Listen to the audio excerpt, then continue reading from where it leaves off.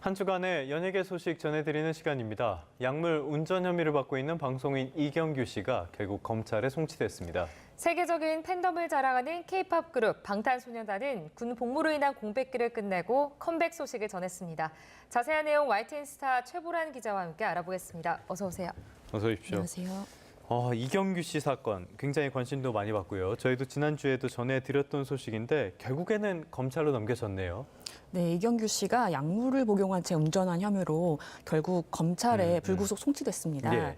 이경규 씨는 경찰 조사에서 공황장애 약과 감기약을 복용한 채 운전한 사실을 인정했는데요. 국립과학수사연구원 정밀검사에서도 양성 반응이 나타났고 해당 성분이 모두 처방약에서 비롯된 것으로 확인됐습니다. 예. 사건의 핵심은 이 약물이 운전 능력에 영향을 미쳤는지 여부인데요. 경찰은 국가수 감정 결과와 CCTV 영상 등을 토대로 이경규 씨가 당시 정상적인 운전이 곤란한 상태였다고 판단했습니다.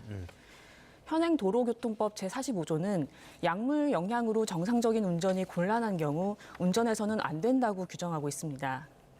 이경규 씨는 처방약 복용 여부와 상관없이 건강 이상 시 운전하지 말아야 한다는 점을 무겁게 받아들이고 있다며 앞으로 약 복용 후 운전에 신중을 기하겠다고 밝혔습니다. CCTV에는 이경규 씨가 버스를 들이받거나 차도를 비틀거리며 걷는 모습, 세차장에서 벽을 들이받고 불법 좌회전을 하는 등 이상 행동이 포착돼 논란이 일기도 했는데요. 이에 대해 이경규 씨 측은 추가 입건을 할 만큼 심각한 사고는 아니었다며 운전 미숙 탓일 뿐 약물 영향은 아니었다고 해명했습니다. 네, 다음은 좀 반가운 소식으로 바꿔보도록 하겠습니다. 군 복무로 인한 공백기를 가졌던 방탄소년단 BTS죠. 드디어 활동 재개를 알렸는데 개인적으로 굉장히 또 기분 좋은 소식인 것 같습니다. 이날만을 좀 기다려왔습니다. 이런 분들 굉장히 많을 것 같아요. 언제쯤 무대에서 만나볼 수 있을까요? 네, 해외에서도 큰 인기를 누리고 있는 그룹이죠.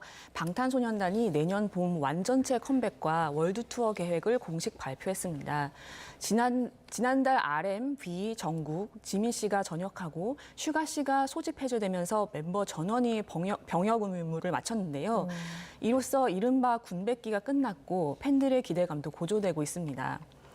최근 방탄소년단은 단체 라이브 방송을 통해 오랜만에 7명이 모두 모인 모습을 공개했는데요.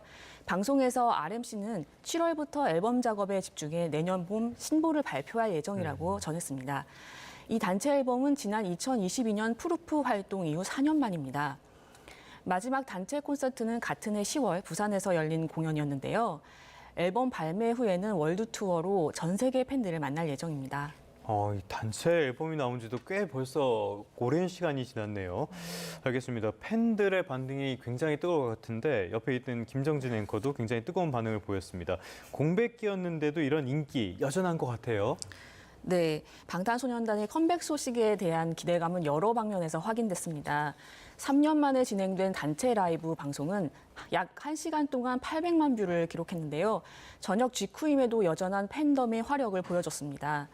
차트도 들썩였습니다. 컴백 소식이 알려지자 2019년 발매된 미니 앨범의 수록곡 홈이 미국 빌보드 월드 디지털송 세일즈 차트 1위로 재진입했습니다. 홈은 팬들을 돌아가고 싶은 집에 비유해 아미에 대한 고마움을 담은 곡으로 팬들의 뜨거운 반응을 실감할 수 있었습니다. 외신들도 주목했는데요. 지난달 21일 슈가 씨 소집 해제를 끝으로 멤버 전원이 제대한 날 AP통신, 뉴욕타임스, BBC 등 주요 외신이 일제히 관련 소식을 보도하며 K-팝 시장에 새로운 에너지가 공급될 순간이라고 평가했습니다. 이튿날 하이브 주가는 52주 신고가인 32만 3천 원까지 오르며 시장의 기대감도 보여줬습니다. 이렇게 기분 좋은 소식이 알려졌지만 지금 극성 팬으로 인한 피해도 겪고 있다고 알려졌는데 최근에 사생활 침해 사건도 발생했죠. 알려주시죠. 네, 멤버 정국 씨의 자택에 한 사생팬이 무단 침입을 시도하다 현행범으로 체포되는 사건이 있었는데요. 30대 중국인 여성으로 알려진 이 팬은 정국을 보기 위해 한국에 왔다고 진술한 것으로 전해졌습니다. 정국 씨는 과거에도 집으로 배달 음식 보내지 말아달라, 내 집 주소 다 알지 않느냐라는 식의 발언을 한 적이 있는데요. 그만큼 오랜 기간 사생활 침해에 시달려온 것을 알 수 있습니다. 소속사는 이번 사건과 관련해 경찰 수사에 적극 협조하고 있다며 멤버들의 사생활과 안전을 위협하는 행위에 대해서는 선처 없이 강경 대응할 것이라고 밝혔습니다. 그런데 사생활 침해는 이번이 처음이 아닙니다. 2019년에는 일부 팬이 멤버들의 항공편 정보를 입수해 비즈니스석을 구매하고 바로 옆자리에 앉는 사건이 벌어지기도 했습니다. 코레일 직원이 RMC의 KTX 예매 내역과 개인정보를 3년 동안 18차례나 열람한 사실이 뒤늦게 알려져 충격을 주기도 했습니다. 단순한 호기심을 넘어 인권 침해 수준이라는 이야기도 나오는데요. 성숙한 팬 문화는 무대 밖 아티스트의 삶을 존중하는 데서 출발한다는 점을 다시 한번 생각해 볼 때가 아닌가 싶습니다. 알겠습니다. 지금 사생활 침해 말씀을 해주셨는데 초상권, 성명권 침해되는 경우도 많이 있어요. 이번에는 배우 박서준 씨랑 관련된 이야기가 있었는데 어떤 내용입니까? 네, 배우 박서준 씨가 성명권과 초상권을 침해당했다면서 한 예. 식당을 상대로 6천만 원 규모의 손해배상 소송을 청구했습니다. 예. 법원은 이에 대해 일부 승소 판결을 내렸는데요. 문제가 된 식당은 2018년 방송된 TVN 드라마 김비서가 왜 그럴까에서 박서준 씨가 간장게장을 먹는 장면을 활용해 박서준도 먹고 반한 게장 맛집이라는 문구와 함께 그의 사진을 현수막과 온라인 광고에 사용했습니다. 소속사는 2019년부터 여러 차례 광고 중단을 요청했지만 식당 측이 광고를 내렸다가 다시 올리는 등 지속적으로 무단 사용을 반복해 결국 소송을 하게 됐다고 밝혔습니다. 이 식당은 드라마 촬영 당시 장소를 제공했었는데요. 식당 주인은 드라마 협찬사의 홍보에 드라마 사진을 이용하는 것은 거래 관행이라고 주장했습니다. 하지만 재판부는 연예인의 초상과 성명이 공개된 것이라 해도 본인의 허락 없이 타인의 영업에 무단히 이용해서는 안 된다면서 박서준 씨의 손을 들어줬습니다. 재판부는 식당이 영세업체라는 점을 고려해 배상액을 500만 원으로 정했고 양측 모두 항소하지 않아 1심 판결은 그대로 확정됐습니다. 네, 다음 소식은 오징어 게임입니다. 시즌3가 드디어 공개가 됐는데 반응은 어떤가요? 네, K-팝에 방탄소년단이 있다면 K 콘텐츠에는 오징어 게임이 있죠. 시즌3 역시 전 세계적인 관심을 받고 있습니다. 오징어 게임 3는 공개 첫 주 만에 한국은 물론 미국, 일본, 프랑스, 브라질 등 넷플릭스가 서비스하는 39개국 모든 나라에서 비영어권 콘텐츠 1위를 휩쓸었습니다. 공개 첫 주차에 모든 국가에서 1위를 기록한 넷플릭스 작품은 오징어 게임 3가 처음인데요. 이전 시즌2는 91개국에서 1위를 기록했습니다.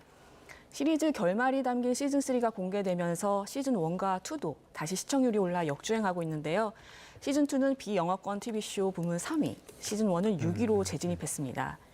한국 콘텐츠가 넷플릭스 글로벌 1위를 차지한 건 오징어 게임이 최초였는데요. 시즌3도 이 신드롬을 이어갈 수 있을지 주목됩니다. 이렇게 보면은 흥행 지표는 긍정적이고요. 그런데 시청자 반응이나 평론가 평가나 이런 거는 많이 엇갈리는 것 같아요. 어떻습니까? 네, 이 흥행과 별개로 시청자 평가는 다소 엇갈리는 편입니다. 외신 매체의 반응은 극과 극으로 엇갈렸습니다. 미국 타임은 뼛속까지 잔혹한 최고의 시즌이라고 극찬했고 영국 메트로는 완벽한 마무리, 프랑스 프리미어는 시대를 정의한 대표작이라고 평했습니다. 반면 영국 가디언은 폭력은 심해지고 풍자는 사라졌다. 미국 뉴욕타임스는 결말이 1차원적이라며 혹평을 남겼고 할리우드 리포터는 실망스러운 결말이라고 지적했습니다. 영화 평점 사이트 로튼토마토에서 시즌3는 공개 직후 평론가 지수 83%를 기록했지만 일반 관객 평점은 51%로 상대적으로 낮았습니다. 시즌1은 84점, 시즌2는 63점을 기록한 것과 비교해도 저조했는데요. 다만 최근 60점을 넘으며 반등세를 보인 만큼 좀 더 지켜봐야 할 것 같습니다. 시즌3 마지막에 또 헐리우드 배우 케이트 블란쳇이 등장하면서 미국판 제작설이 나오는 건 아니냐 이런 이야기들도 나오더라고요. 네, 시즌3 마지막에 네. 이 배우 케이트 블란쳇이 로스앤젤레스를 배경으로 게임 참가자를 스카우트하는 장면이 등장해서 화제가 됐습니다. 네. 일부 외신에서는 오징어 게임 아메리카라는 제목으로 데이비드 핀처 감독이 제작을 맡고 황 감독이 연출하며 오늘 12월 촬영에 돌입한다는 보도가 나오기도 했는데요. 하지만 황 감독은 그런 계획은 없다며 촬영, 연출, 캐스팅 등 어떤 보도도 사실이 아니라고 부인했습니다. 하지만 미국판 제작 요청이 온다면 진지하게 고려하겠다는 입장을 덧붙였습니다. 나중에 보려고 했는데 지금 약간 스포일러를 당해버렸습니다. 끝으로 205만 구독자를 가진 유튜버 이야기 해보도록 할까요? 채널 삭제를 선언했다. 이건 또 어떤 내용입니까? 네, 1세대 먹방 유튜버죠. 벤츠 씨가 자신의 유튜브 채널을 삭제하겠다고 밝혀가지고 화제가 됐는데요.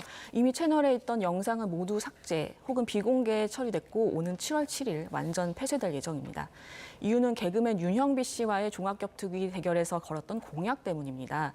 지난달 28일 열린 경기에서 패배한 벤츠 씨는 지는 사람이 채널을 삭제한다는 약속을 지키기 위해 결단을 내린 건데요. 윤영빈 씨는 내 영상을 올리는 것은 어떠냐며 채널 삭제는 만류했지만 벤츠 씨는 약속은 약속이라며 초심으로 돌아가 다시 시작하겠다고 전했습니다. 윤영빈 씨는 개그맨 출신이지만 2014년부터 꾸준히 종합격투기에 도전해왔고 이번 경기가 은퇴전이었습니다. 벤츠 씨는 2023년 12월 데뷔한 신인급으로 이번 경기는 벤츠 씨의 요청으로 성사됐습니다. 경기가 끝난 후 윤영빈 씨는 이제 글러브를 내려놓지만 벤츠의 도전을 응원하겠다고 전했습니다. 네, 알겠습니다. 연예 소식은 여기까지 듣도록 하겠습니다. 지금까지 YTN 스타 최보란 기자였습니다. 오늘 말씀 고맙습니다. 고맙습니다. 감사합니다.